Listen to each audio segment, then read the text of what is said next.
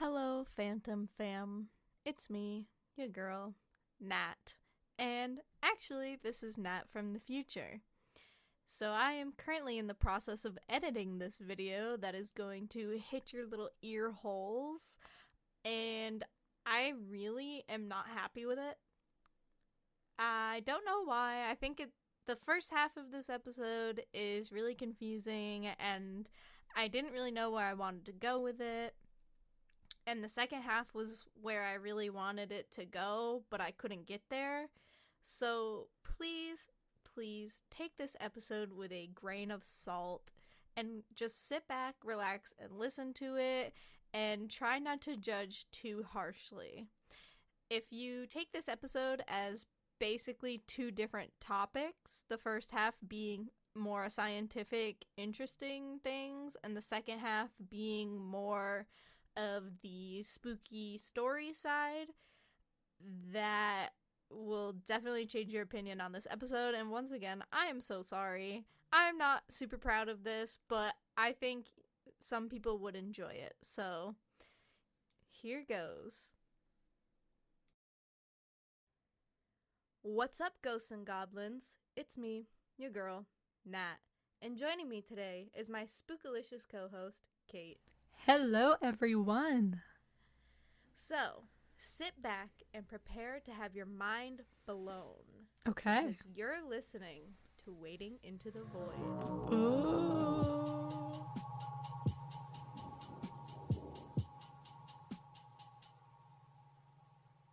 Girl, you finally did the intro right. I finally did the intro right. I don't even want to tell you what this episode is about yet. Let's get our little shindig, little things out of the way, and then we'll cannonball into the topic today. Okay.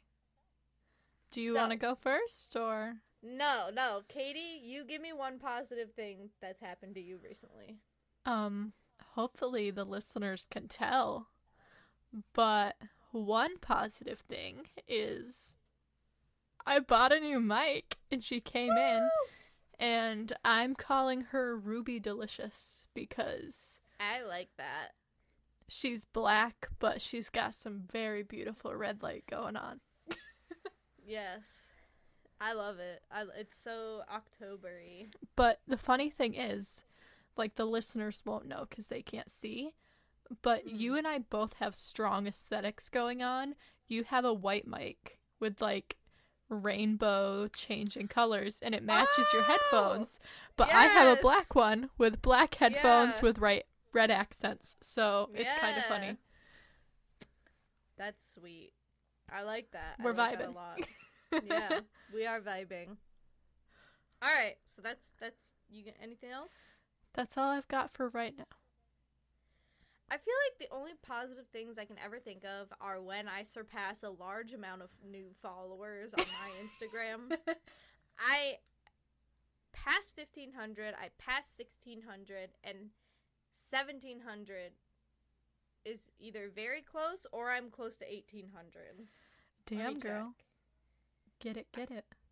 I passed 1,700 and I'm at 1,782 right now, and I don't know what I'm doing, but for some reason it just keeps happening. I took a break from social media. You did. Actually, that's my positive thing, is I took a break from social media for about 3 days, maybe 4. Yeah, just about.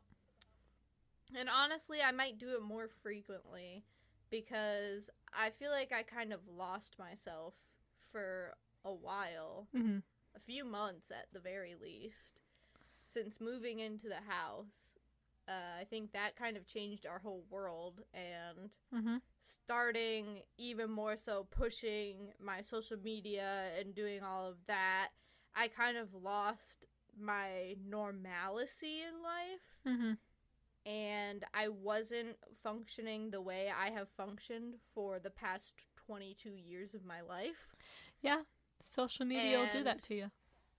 Yeah, so taking a break and really focusing on what was happening around me and the people in my life, and just being present really helped me find myself again and completely changed my mood.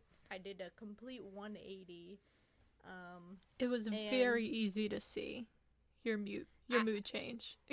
I think I rejoined social media a little too early, and I might go back off of it because I'm already like 180ing, spiraling out of control again, and I'm recognizing that, which is good, which I wasn't before.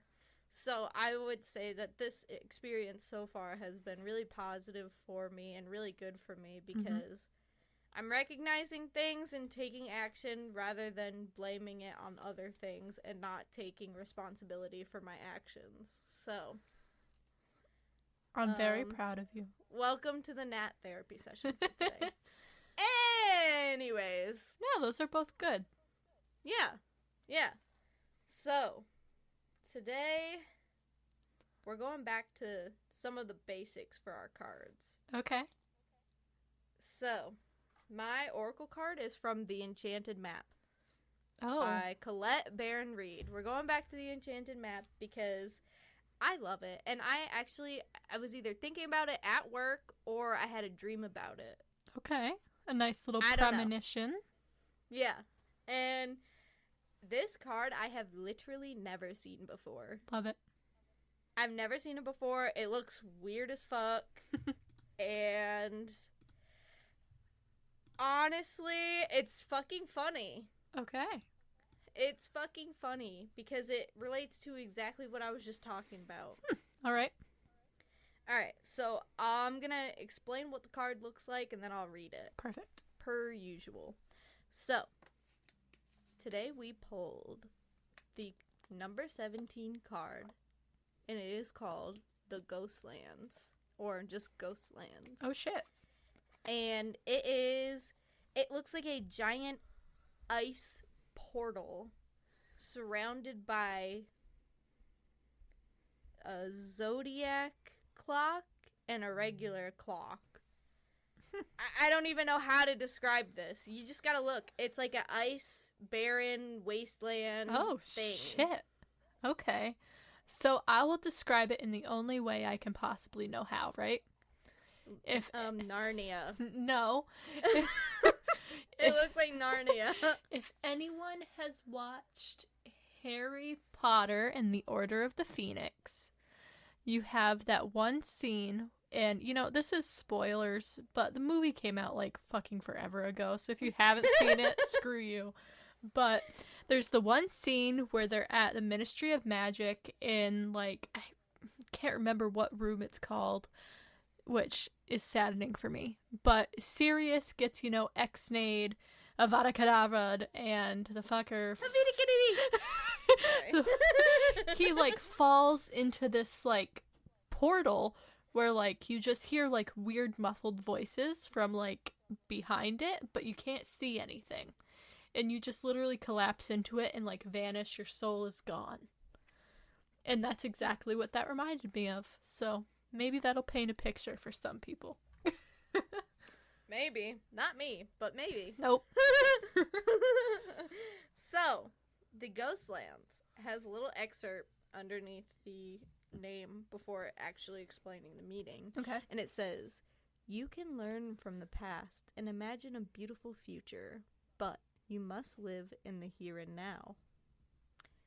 And it says, "Whenever you set your sights too far ahead, you run the risk of losing your footing. For rarely do the present and future match up exactly on the enchanted map that is your life's story. The future has no substance right now. It is a place that has no grounding as of yet. You can't live there, yet you can take measured steps toward a goal or a dream. These steps are important now. The same goes for nostalgia. You can look into the past wistfully and remember beautiful moments or revisit lessons learned. However, you can't live there, nor can you go back and change what was. Yesterday is gone forever. Live fully in the present. The now is the most powerful place to put your attention. Its magic reaches out in every direction, further than the heart and soul can see." Well, damn. And I knew I needed to pull this deck today for this episode. Could we have, like, hit the nail on the head any better? Harder, yeah. I don't know. I don't know. And that is why if you ever consider getting tarot, if you know somebody who has tarot decks or oracle decks, like, the importance of them gifting you a deck that they've used is so crazy, because this deck is just insane to me. Like, this deck and the animal medicine deck that I got from my grandma, they just have a different energy. They're all full of her, like, positive and good juju. Yeah, exactly. And it's like, I know when I need some kind of a message, or I need, like, even if I need to get slapped in the face with some reality, I know I can go to those decks and get that. It's because your grandmother, like, buried a little piece of her soul in those cards and handed it to you. Probably. I mean, they've lived with her since they probably were released, so... Do you know what a Horcrux is? It sounds familiar. From Harry Potter? No, explain it. Okay, so...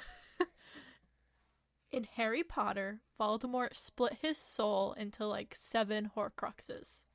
And each of them were, like, little pieces that were literally just, like, fragments of his soul.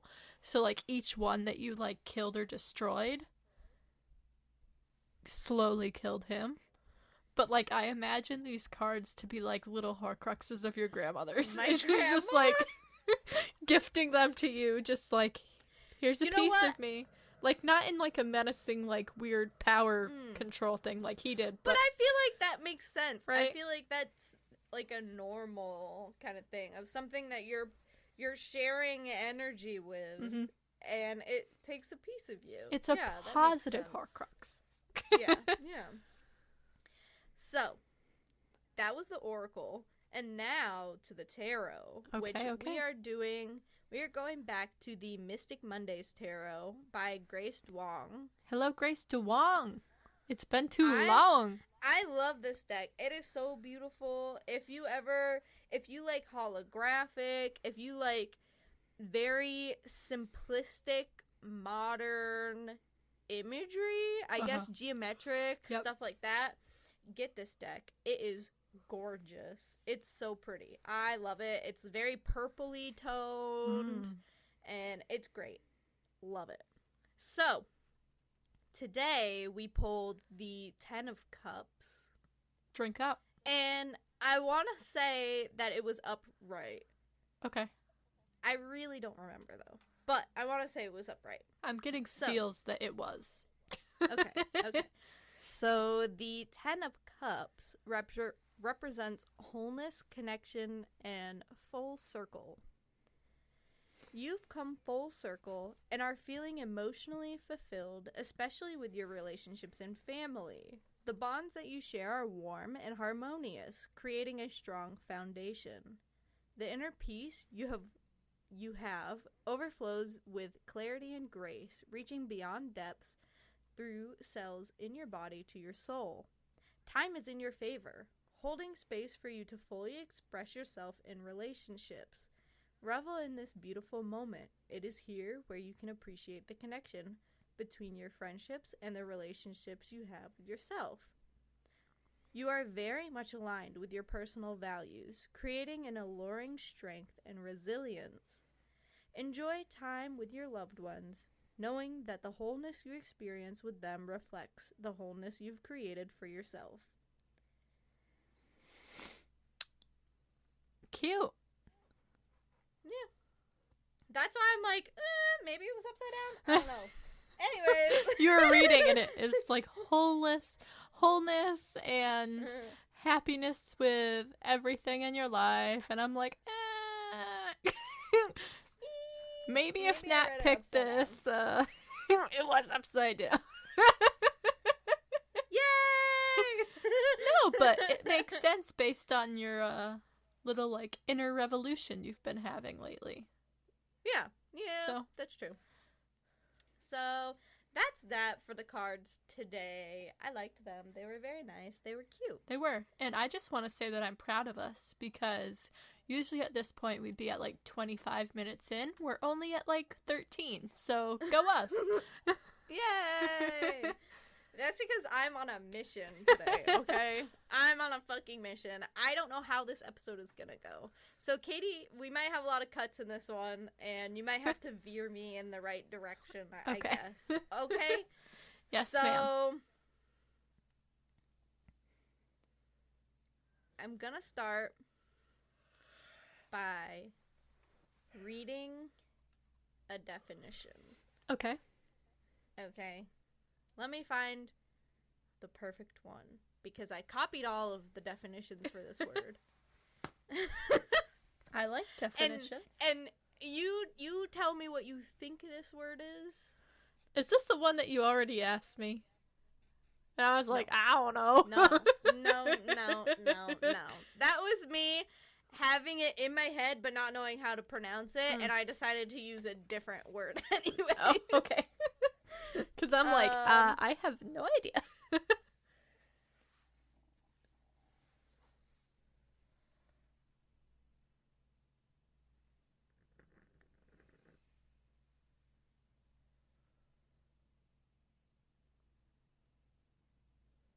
Okay, so here's the definition. Okay. Something within or from which something else originates, develops, or takes form. An atmosphere of understanding. Am I supposed to guess what this is?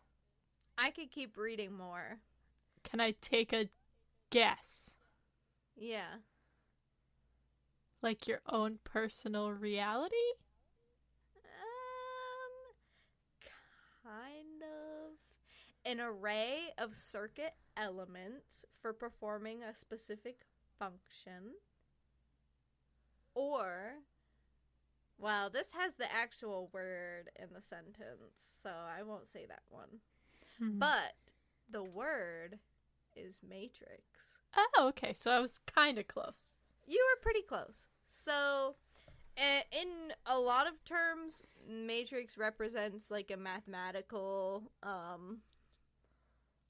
it's not really a formula, it's just a combination of numbers that, I was literally just reading it, that arrange in a rectangular form. Gotcha. You see, when I think of Matrix, I solely think of Keanu Reeves, so Yeah. just like with like those weird glasses.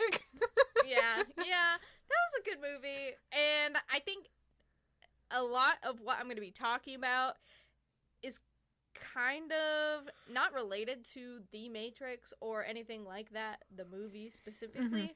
It's like, I think after that movie, people kind of ran with that idea and used that as like a term for these things. Okay. So,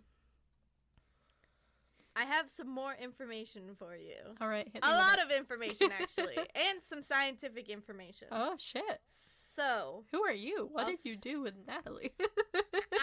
I don't know, man. I have been on a huge thing of, what's the word? Productive. I've been very productive. Which is very much unlike me, always. I was like, research kick, like... I don't know, man. I don't know, man. Okay, so, the first bit of science that I'm gonna fucking slap you in the face with is from space.com. Sounds legit. Awesome! Anyways, so, we all know the universe is fucking giant. It's gigantic! It's fucking massive, dude. It's gigantic. It is a billions, trillions of galaxies all fucking mashed together in an ever-expanding space. And being sucked into a black hole. Well, that too. Maybe. But Oh, have you ever heard what a black hole sounds like? Just saying, look it up. Shit's creepy as fucking hell. Continue. I think a lot of people's asses probably sound like that. Anyways. Considering it sounds like moaning, maybe not. So, scientists think that the universe diameter could be about 7 billion light years across. That sounds pretty big. That's fucking crazy. Dare I say gigantic? Gigantic? I don't know why I'm talking about the universe. I just think that this is cool to add on. This doesn't have anything to do with the universe. I just really wanted to tell you guys about this. Okay? But what's important about how large the universe is how time works, how particles and atoms work, and how reality works. Mm-hmm. Okay? So, everything... No, let me restart that. How do I even start talking about quantum mechanics? Oh, Jesus Christ. I think that's a good enough way to go into it right there. How do I even start? So, the universe is almost impossible for us as humans to comprehend. Yeah. Right. And time is also something that's very hard to comprehend. That shit just, like, warps, so... Dimensions are very hard for us to comprehend. Agreed. Because not only is there 2-dimension or 3-dimension, there's 4-dimension, 5-dimension, fucking 8 if you're that crazy. I work a lot in 2 dimensions. My brain is 2-dimensional, I swear to God. Anyways, I want to know what an 8-dimension is. Dude, I don't know. I didn't put enough research into it. Oh. If anyone knows. I think I just made that up, but maybe it's a real thing. Oh. But it's like a 15,000-sided cube or something. Dude, maybe. I don't know. So, originally, when I thought of this idea, I had come into work one day, just a normal day at work, and I walked in, and my boss was talking to one of my coworkers about some really weird spiritual stuff. And they were like, oh, Nat, like, you would be really interested in this conversation. We gotta tell you about this. And so my boss went into this huge thing about explaining the Matrix and quote-unquote the field and energy and... like, all this crazy shit, like, 9 o'clock in the morning, I'm like, beep, boop, in my head, like, trying to fucking calculate this shit. I'm like, I don't even understand. So... all I'm saying is that's some accounting shit right there, like, the ability to talk about that at 9 in the morning. So, going on to dimensions and multiple dimensions and that stuff, because... Kate, you're gonna have to follow this because I'm doing a really horrible job at following a script. I think I'm good so far. Okay. I mean, but you see, I might comprehend it because of the ADHD brain. I'm like, oh, jumping around, totally fine. But, like, the normal person that isn't like Shiny Squirrel might have a little issue, so... Sorry! So, let's jump from the size of the universe to parallel universes and dimension. Okay. So, going to medium.com, we're going to talk about Rudolf Steiner. Okay, and then that name sounds familiar. The Kaluza-Klein theory. So, Rudolf Steiner was a mathematician, I think. That's why. And he used a mathematic approach to define dimensions. Not gonna lie, that sounds kind of boring. Kinda, I don't know. But he did lectures in 1905 and 1908. So this is like over a century ago. So the only thing they understood was math. Gotcha. So for him, in his theory, the fourth dimension, rather than being, because when I think of fourth dimension, I think of like Shrek 4D at Universal Studios, where it's like, where it's like an immersive experience where you're feeling and seeing shit. And I don't know what fourth dimension is actually supposed to be. I feel like it's like VR.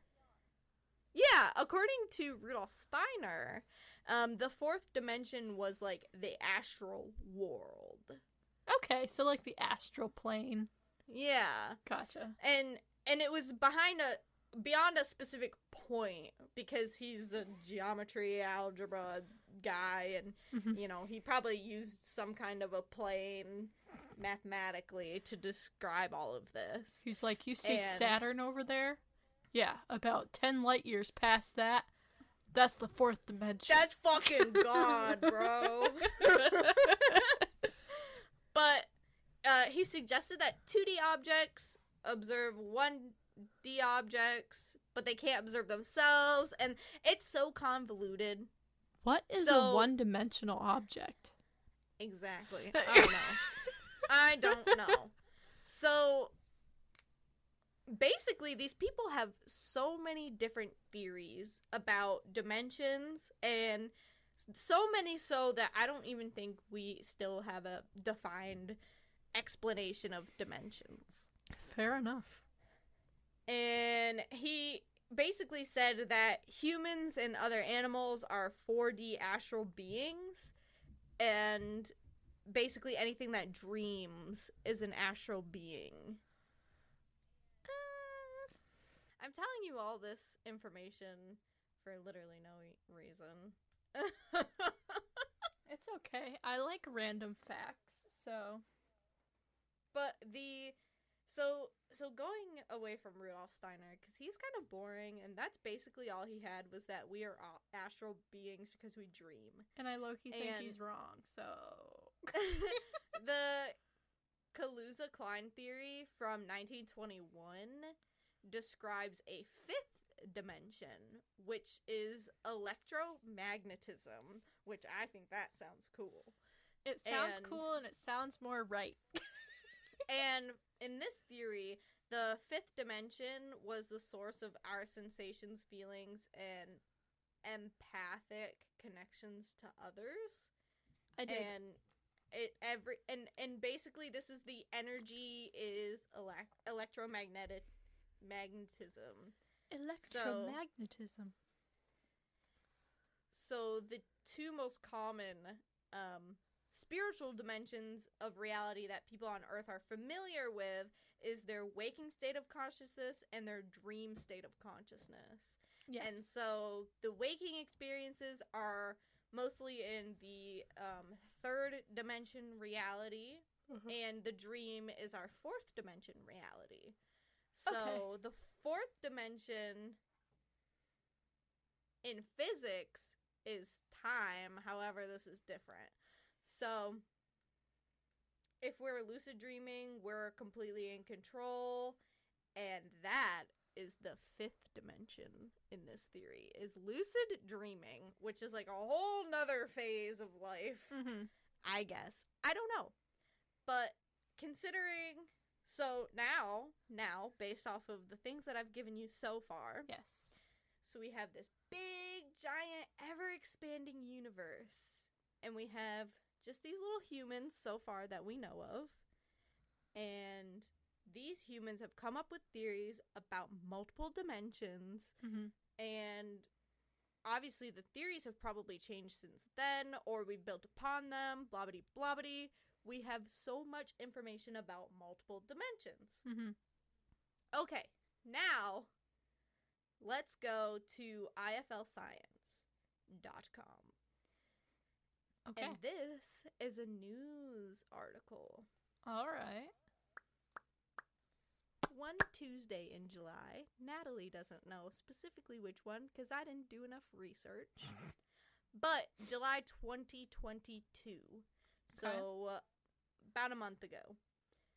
The world's largest particle accelerator was turned back on. Fun. Was that in China?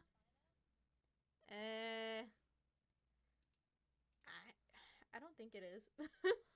I think so. It is the Large Hadron Collider. It is in. Please say China.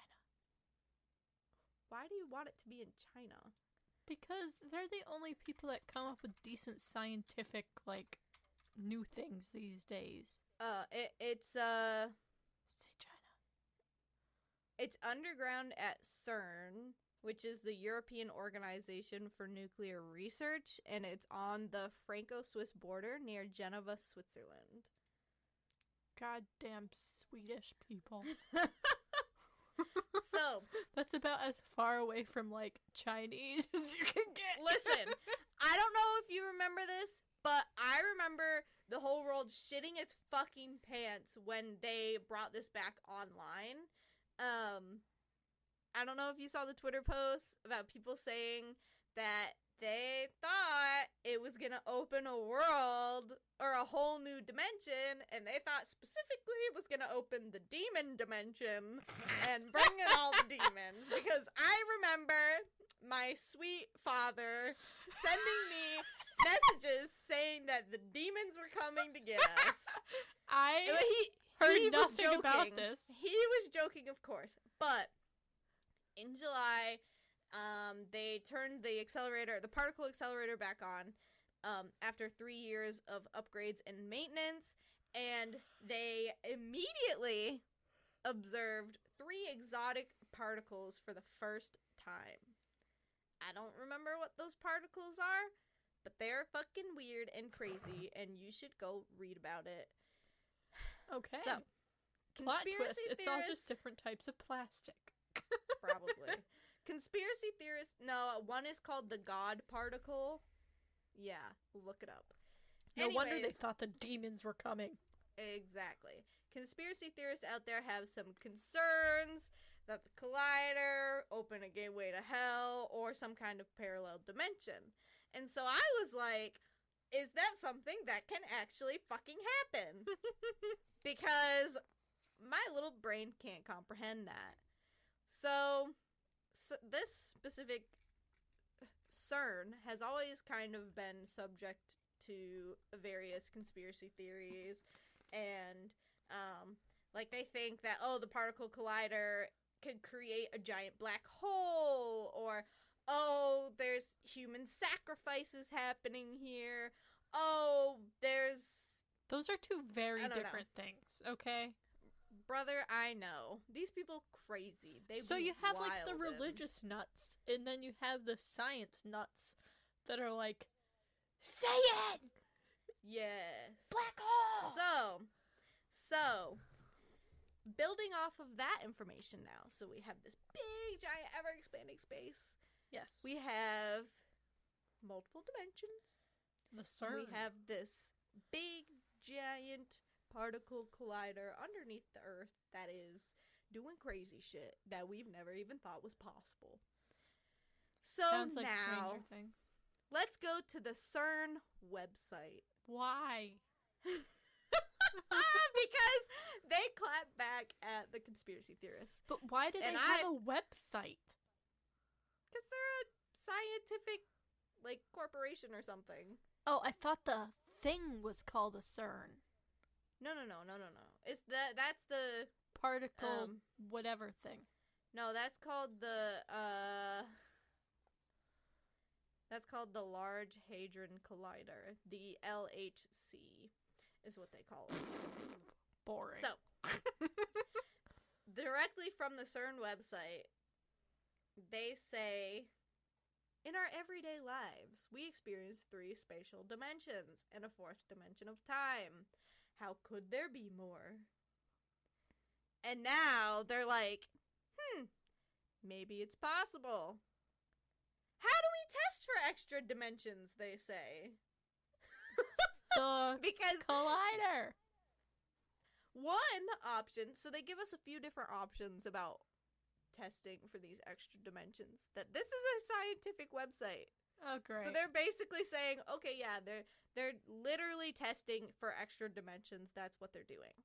So, just saying, it sounds like something you shouldn't touch, but that's what I'm saying. Think about God particle. Okay? Okay. They're gonna bring your little Chinese man with Morgan Freeman's voice from your dream here using the God particle. Brother, I would be horrified. Listen, so they're saying that the theories that I told you about, the Kaluza-Klein theory and other theories like it, they suggest that extra dimensions predict that in the same way that atoms have low energy ground state and excited high energy states, that there would be heavier versions of standard particles in other dimensions. Okay. So, the heavier versions of the particles would have exactly the same properties as standard particles, but with a greater mass. Mm-hmm. So it's just like if you think of, oh, I'm Nat here, I'm a different Nat in a different dimension, but I'm still the same Nat, I'm just different. Okay. It makes no sense. No, so, it's like, I'm Katie here. I weigh however many pounds, because I'm not sharing that with the internet. But in another dimension, I weigh 50 pounds more, but I'm the same. Because I take up more space as a human particle. Yes. So, I really didn't like science. If no one's figured that out. I was not good at it. So, one of the exotic particles that they tested was graviton, which is associated with gravity in the same way as the photon is associated with electromagnetic force. Okay. So, basically, if gravitons exist, it should be possible to create them at the LHC, but they'd rapidly disappear into extra dimensions. Somehow. Okay. Stranger Things isn't just a fun TV show anymore. It's like an odd prediction for the future. So basically, they're sending shit into other dimensions. I don't like that. By sending stuff at, like, light speed down this collider. And separating them with, like, extreme force. Or no, they're colliding them. Because it's a collider. And then another way that they're testing for these dimensions is through microscopic black holes. Brother, we're gonna die. Like, are they stupid? There's just some things you don't fuck with. And black holes are, I don't know, I would think one of them, considering they consume fucking everything.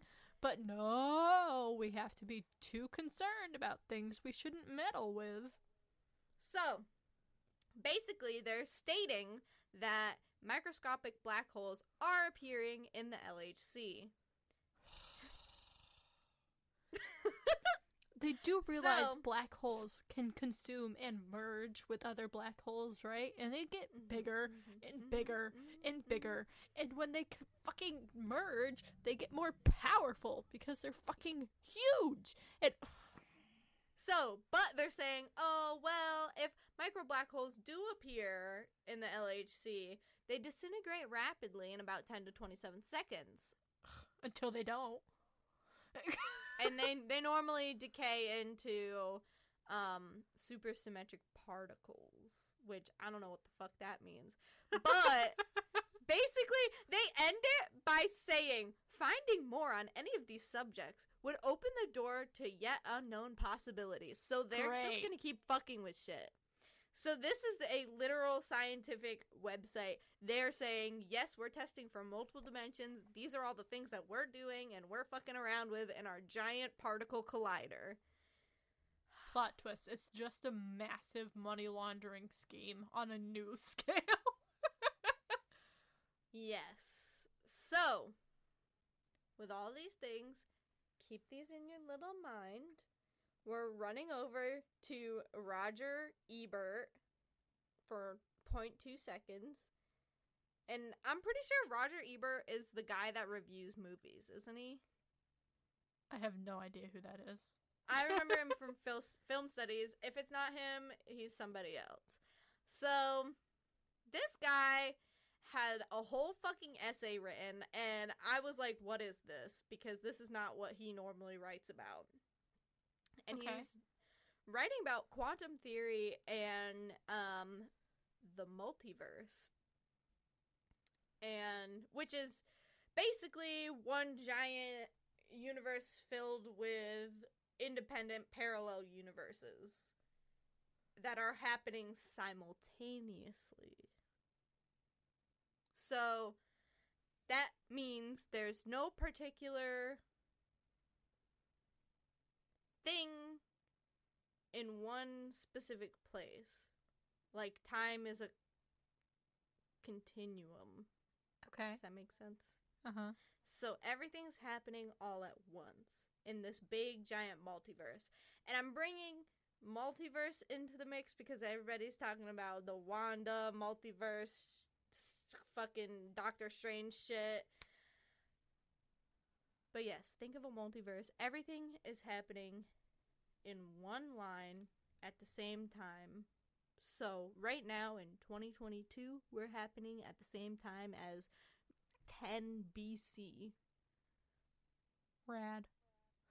I've always liked dinosaurs. Everything is everywhere at the same time, and time exists simultaneously. Okay. Okay. And I feel like the listeners are probably going to think I'm, like, slowly dying inside, but I'm just trying to wrap my head around it all. So, we have this big, giant universe, ever expanding, with multiple different dimensions, multiple different theories, and time exists simultaneously. Uh-huh. The world is so complex and convoluted.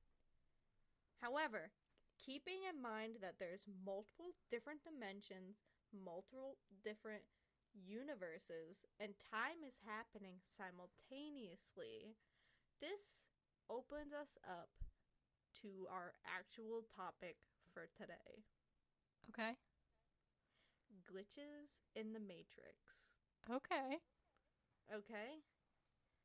We may have to cut like 90% of that into that last fucking sentence. But no. I got to what I was trying to get to. And this is something that really interests me because my tiny brain actually cannot comprehend this shit. It's crazy. Uh-huh. Did I fucking mention that the brain named itself? If you take a minute to really think about it, the brain and the central nervous system could be viewed as like a parasite, and the body is kind of a toast. And if you pull out the brain, spinal cord, and nervous system, we're faced with the revolting creature that kind of looks like something like an alien. Just think about that. That's just a little treat that I sprinkled in here for literally no reason, because none of this makes sense anyways. Anyways, this episode is on fucking crack. Let's read some Reddit stories. So, this is all going to be from r/askreddit. Okay. And the, what is it called? Subreddit is super unhappy fun time. Love it. So, this first one is by Sarah X11. Okay. Okay. So, she said, this will probably get buried. But, when I was around 20, a few years ago, I kept having dreams about a woman with long black hair named Aurora. They were different dreams, but for some reason, her distinct face and name always ended up in them. It got to a point where I would wake up frustrated and confused, trying to Google her name to find out how I was connected to her. After a few months, she stopped showing up and I dismissed it, thinking my brain was being a quote-unquote scumbag. Fast forward years later, Halloween, 2009. I'm in the car with a friend, stopped at a gas station. I'm about to pull out and merge onto the highway when I get a phone call from a random number. So I stopped the car, but no one answered. There was a person behind me who grew impatient, honked at me, and then swerved in front of me instead of waiting for 2 seconds for me to move. Second they got on the highway, some silver Civic loses their wheel and crashes into the car that swerved in front of me. Oh. I called the cops and waited at the gas station for them to come. Turns out the drivers of both cars died. It 100% would have been me if I hadn't got that phone call. Called it back a few hours later. Out of gratitude and curiosity, it rang 3 times and went to voicemail. Hi, you've reached Aurora. Please leave me your name and number. Never had goosebumps like that in my life. Holy shit. I have goosebumps and tears in my eyes. I have not read that. That is I'm gonna be honest. weird. I didn't read any of these. So she said, called it again the next day because I was that confused about the whole situation. Some woman answers. We get to talking. I tell her my entire story, including the dreams I had. She tells me she doesn't know how I got her number and that she never called me, as far as she remembers. Weird. Ask her if she has a Facebook to confirm she is in fact the woman in my dreams. Check her Facebook. Holy fuck, it's her. What? If that's not a glitch in the Matrix, then I'm just batshit crazy. Isn't that fucking weird? That is so strange. Oh my gosh. You know, I'm wondering maybe they knew each other in like a past life or something. That's the only thing I could think of. Or multiple dimension theory. Yeah. I like both of those ideas. So here's the next one. This is also another answering machine one. Which is weird. I had randomly scrolled through and screen capped these. So Gotcha. So this person is Kill All Extremists. That's a very strange name. But okay. Well. Just kidding, just kidding. So they titled this The Parallel Universe Answering Machine. This happened about 15 years ago. I called my friend up and he wasn't home, so I left a message on his answering machine. Hey, it's me. Sorry I missed you. Call you later. Bye. And then I hung up and left the house. I made no other calls. Later that day, he called back and he says, Wow, that was quite a message you left. Who was that girl you were talking about? What? I was like, what are you talking about? I wasn't talking to any girl. Well, it turns out the message didn't end after bye. I had to go over to his house and listen to this message a few times. After my initial message that I did leave, there was a slight pause, and it continues on for another 30 to 40 seconds or so with me talking to some girl. It was my voice, but a conversation I never had with a girl whose voice I didn't even recognize. You could compare it to the message I know I did leave, and the two voices were indistinguishable. Not just the voice, but talking mannerisms. It was my voice. Also, references to my occupation and activities were the same. Basically, in this conversation, I was talking to this girl about going skiing, but I had to go down to my shop and work on a car first, which totally correlated to me. Mm-hmm. Then the message just stopped. It was recorded on one of those digital answering machines that recorded the message to a chip, so there was no tape I could have taken or analyzed, unfortunately. Oh, that's too bad. Also, neither I nor my friend had party lines, so that's not an explanation. Is that Gotcha. cocaine? Huh? What's party lines? Oh, I thought they were talking about cocaine. Do you know what a party line is? Is that like a shared, like, phone line? Yeah. So, okay. back in the day, every house was really, like, on a street would be hooked up to one line. So, like, if you called Jesse at 103 South, Erica on 107 South could pick up the phone, and then everyone else could too, party lines. But that's fucking crazy. Hey, just be thankful for modern technology.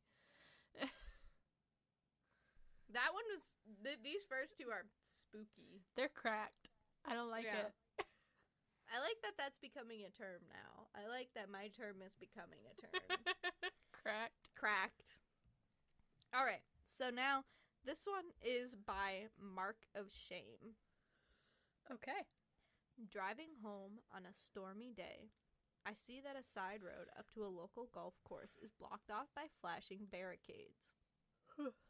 I also spy a Mercedes parked past the barricades with its hazards on. I stop and walk up to the car to see if they need help. I'm an EMT.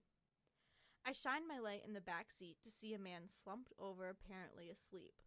Thinking I've got a few drunks, I move up to the driver window and rap on the glass and shine my light in. The driver is sitting bolt upright, unmoving, staring straight ahead.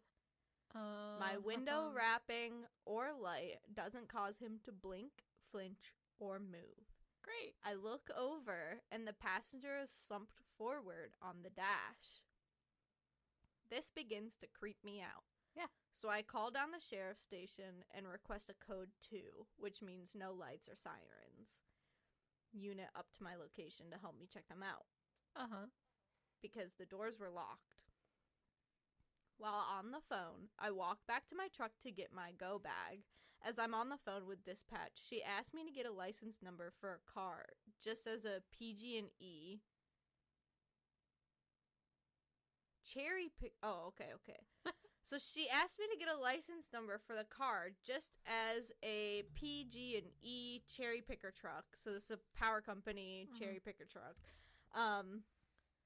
Comes rumbling down the road from up the closed road. I move to go around the truck to get the plate number, and the car is gone. What? I talked to the driver of the truck, and he said there was an 80-foot tree down across the road, and that he didn't think it'd be open for a day or so. So the question is, where the hell did the car go? Tree up one way, barricades down the other, and this car just disappeared. And they said, it's kept me a bit unsettled when stopping at accidents and hazards since then. You think? And they added an edit in later, and they posted a link to the Google Maps that shows the intersection and like where the barricades and the tree were. Uh-huh. So, like, he provided complete evidence for this area. Yeah. And this car just fucking disappeared. Great. With these people in it. Just fucking frozen. I really don't like it. Was that person witnessing another reality or time or something?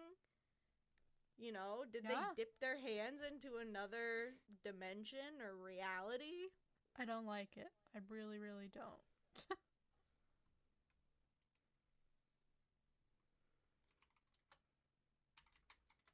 Alright. So. It's like giving me goosebumps. Yeah. The first one made me want to cry. So, here's the next one by Parrot Tamer. At 12 years of age, my mom let me stay in the truck as she went grocery shopping. As I wait, I see an old guy walking towards the truck with an indescribable look at me as if I knew too much. He stops 5 feet from the truck, looks at me for a couple seconds, and heads back the exact same way he came. It was rather traumatic for some reason, and very confusing at that age. 5 to 6 years later, my dad was showing me home videos of us at Yellowstone. At Old Faithful, I noticed the same guy, the same look, and the same clothes, peering at us on camera and at me through the TV. I'm freaked out just telling this. So, they added an edit, and they said a few more details. The Yellowstone video was from when I was very young. I'm thinking 1 or 2 years of age. I was in an awesome baby pack on my dad's back. And they said that they'll find their hardest to try to find the video. I want to say she. They don't see their parents very often, and they don't think either of them have the video. Okay. But basically, when they were 1 to 2 years old, they went to Yellowstone with their family, and this creepo dude was watching them, staring at this baby into the video camera, basically. Hate it. And then when they were 12 years old, they were sitting in their mom's truck, and this guy came up to the truck and was staring at them again, just exactly how they did when they were 1 to 2 years old. No. So fucking weird. No. And one comment underneath says, "It's you from the future." I hate it. That's freaky. I really don't like it. I could read more. Do you want me to read more? Yeah. How many more you have? Well, I could go back to the Reddit. Let's see. Give me one more good one. All right.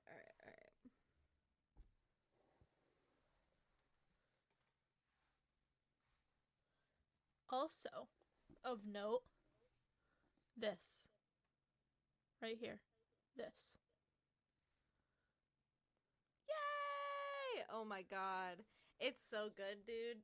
I don't know how far I'm into it, but you gotta watch the movie first. It's not a sleeve. It's just Ooh, I like that. right on the cover. I like that a lot. Hardcover. Alright, I have the last one for today. Okay. The last glitch in the Matrix story for today. All right. I'm very ready.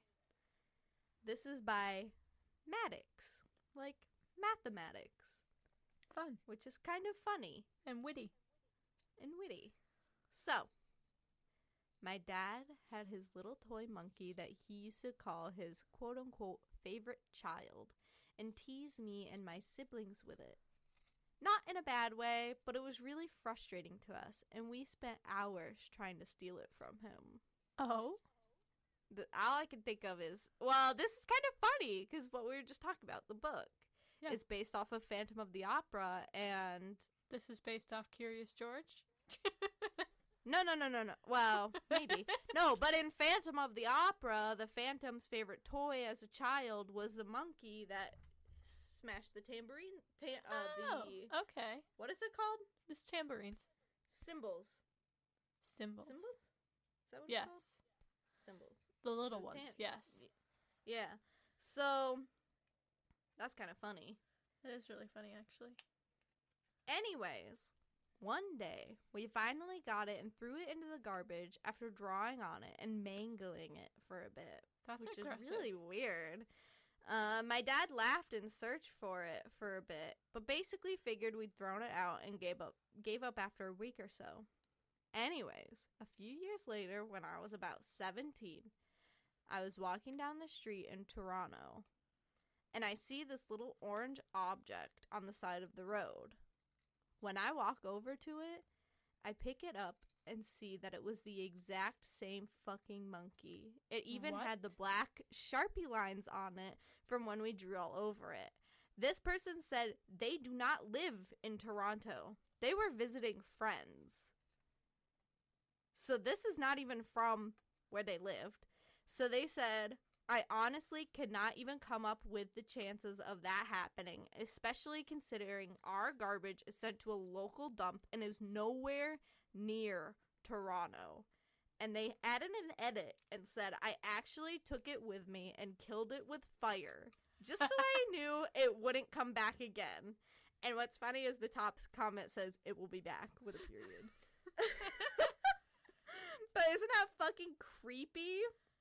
So, have you ever seen Annabelle Comes Home? Yes. There is a monkey in that movie that's supposed to be haunted and has the... Oh.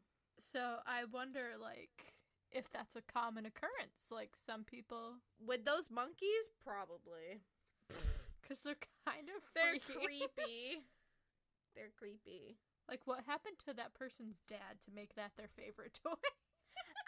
I think he was, like, doing it as a joke, saying, this is my favorite child, blah, blah, blah, blah, blah. But, like, who knows where he got that from? It didn't say.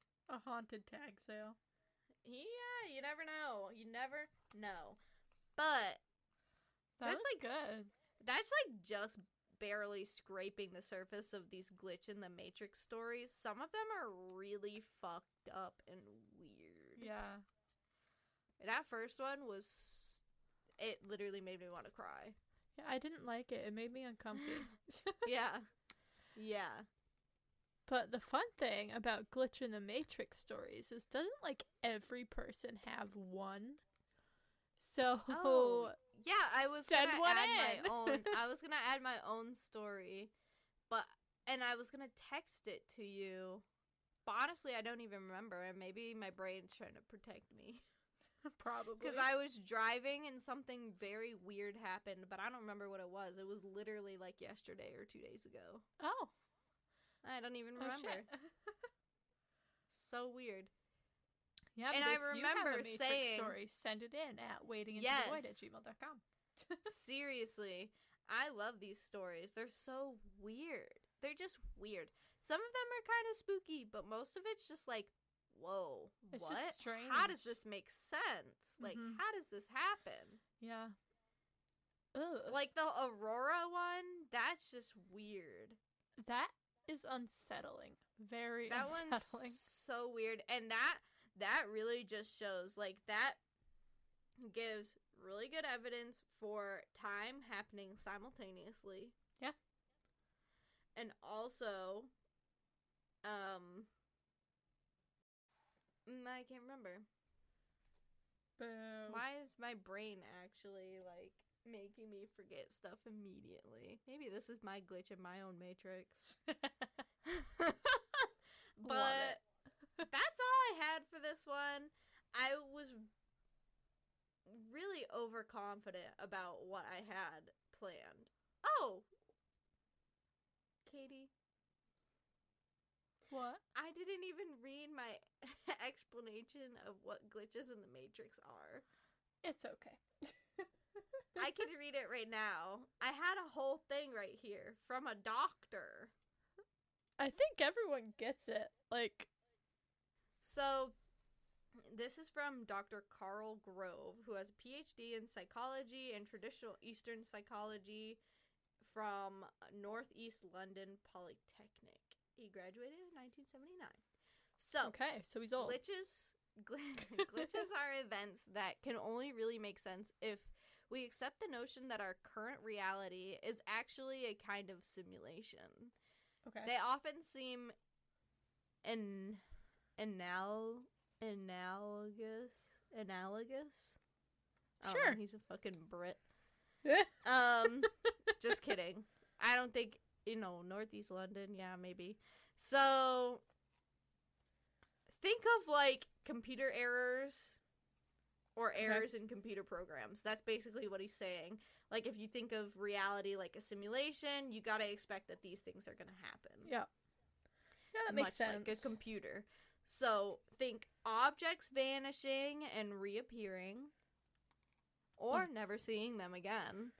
Sometimes Like when you reappearing. lose socks in the washing machine. True.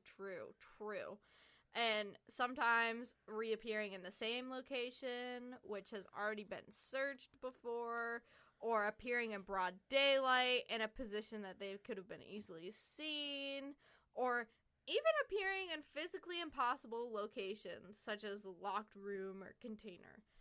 Mhm. And people, like another example is people being seen by different witnesses at different locations at the same time, or not being seen in places where they should be. Yeah. Or people vanishing for a considerable amount of time with multiple searches and reappearing and claiming that they never left the spot. So think of that man from the previous two listener episodes ago, who was missing for 10 years. Yes. And came back and was like, I'm this guy, and I've been dead for 10 years. Like, that could have been a glitch in the Matrix. It could have been. And even just weird things like Mandela effect, or changes in everyday familiar objects, like the color of a door, or the Berenstain Bears. Berenstain Bears. Anything involving a time slip, time freeze. Yeah. Anything like that. Anything that is really weird that nobody can explain but is actually happening. Okay. That is a glitch in the Matrix. Okay. Which is crazy, because now I'm thinking about Berenstain Bears, and we should do an episode about the Mandela effect. Go right ahead. But I would love to listen to it. That would be so much work for me, and I'm not very good at explaining this stuff, because I like just reading things for you guys, and it's very hard for me to sit down and research something and write a script about it, because I literally cannot write a script about anything. I am constantly flying by the seat of my fucking pants, and I had an idea for this. It didn't go the way that I wanted, but the story's kind of made up for it. I liked it. It was different, you know? Yeah. It's not something we've done a lot of on the pod, so. No, because it's not really paranormal, and it's also not true crime. It's just weird shit. Which I think actually fits in. Like, anything that's, like, unexplainable, you know? It's definitely unexplainable is a really good description for a glitch in the Matrix. An unexplainable phenomena. Yes, I like it. But yeah, that's all I had. It was a good one. We're at about 1 hour and 10 right now, so. We did it. I really don't have an outro for this one. All right. So as we mentioned before, definitely if you have any weird glitch in the Matrix stories or just like weird happenings, send them into our email at waitingintothevoid@gmail.com. But you can also chat with us about them in our Discord. Yes, please join our Discord. We've gotten a few new friends, some of which we already know because they're related to Katie. Yes. But we would love to have more people in this community talking to us, telling us about their own stories or what they thought of our stories that we've read, or any ideas that they've come up with for the podcast and what they want to see or how we can improve. Yeah. Anything like that. We want you to be a part of our community and a part of our future progress. Hell yes, we do. But at the same time, if, you know, chatting with others, like, doesn't really sound like something you're into, right? Mm-hmm. You can still become part of the Phantom Fam by following us on social media. Yes. You can find us on Instagram and TikTok at Wading Into the Void. And on Twitter at Wade Into the Void. But, you know, we also have this thing where if you're looking to financially support us in any way, shape, or form, which do not take that as an obligation because it is not, you can find us on Patreon by searching Wading Into the Void into the search bar. We are the first and only people that come up because our name is very unique. Yes, it is. And we also have a link on Spotify and through Anchor that basically works the same as Patreon. Yes, you can make just like a certain donation each month. It starts at, I believe, 99 cents or like $1. and goes up from there. And it should be included on every single episode on Spotify. I did confirm that, unless you added that. I did not. So it does just automatically come up. Perfect. Glad to hear it. Less work for us is always great. But, you know, that's all we have, Phantom Fam. Yeah, so definitely all I have. Until next time, do not try and understand sciencey things you can't wrap your head around. Because shit crazy and wild. Do not just, like, call someone and leave them a voicemail, but have your second self, like, continue to talk when you go away. Because that's fucking scary. And always, if you get a phone call from a strange number while you might be driving somewhere to your possible death, fucking answer it, because that could maybe save your life. Yes. Goodbye, everyone. Goodbye. Sleep tight. Good night. And I guess look out for your multi-dimensional self somewhere. I don't know. Hell yes. Bye. Bye.